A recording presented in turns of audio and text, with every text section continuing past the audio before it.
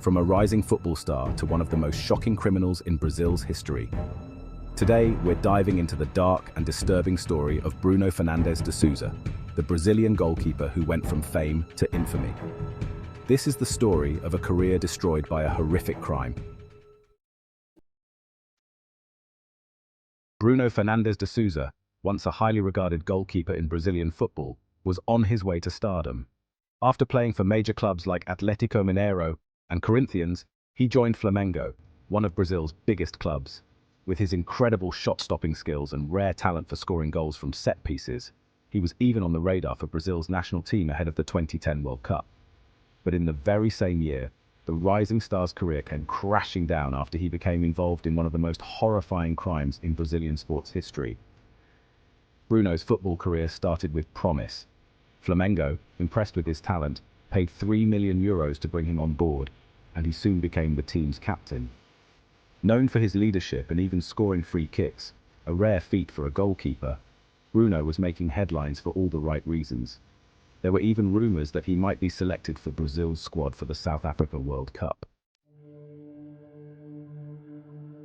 But his journey would take a dark and disturbing turn. In 2009, Bruno met a woman named Elisa Samudio at a barbecue. Elisa had dreams of becoming a model, but struggled to make ends meet. The two began a relationship, though Bruno was married at the time. When Elisa became pregnant with Bruno's child, their relationship quickly deteriorated. Bruno denied paternity and pressured Elisa to have an abortion, a demand she refused. Their volatile relationship spiraled into violence, and Elisa filed multiple police reports accusing Bruno and his associates of kidnapping and abuse. Despite the serious allegations, the authorities failed to act in time, setting the stage for a tragic ending.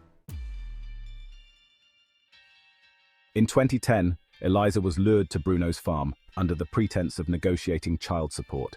She was never seen alive again. According to court testimony, Bruno and several accomplices orchestrated her kidnapping and murder. Elisa was tortured, beaten, and ultimately strangled by a hired hitman. Her remains were never recovered. Reports suggest her body was dismembered and fed to dogs. Bruno denied any involvement, but the evidence was undeniable. In 2013, he was sentenced to 22 years in prison for his role in Elisa's murder. Shockingly, after serving just around 7 years, Bruno was released in 2017 due to legal appeals. His early release sparked outrage across Brazil, but the controversy didn't stop there. Despite his criminal conviction, Bruno received offers to return to football.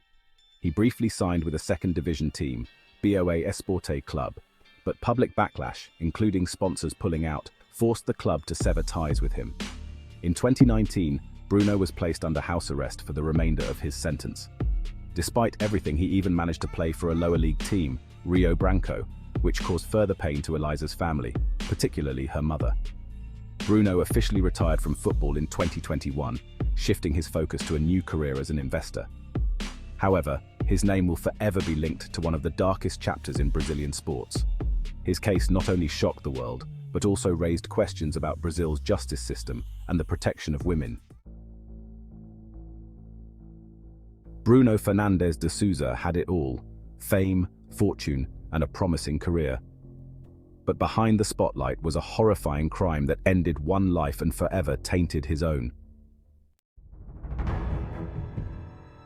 What do you think about his return to football after such a crime? Let me know in the comments below, and don't forget to subscribe for more deep dives into the world of football.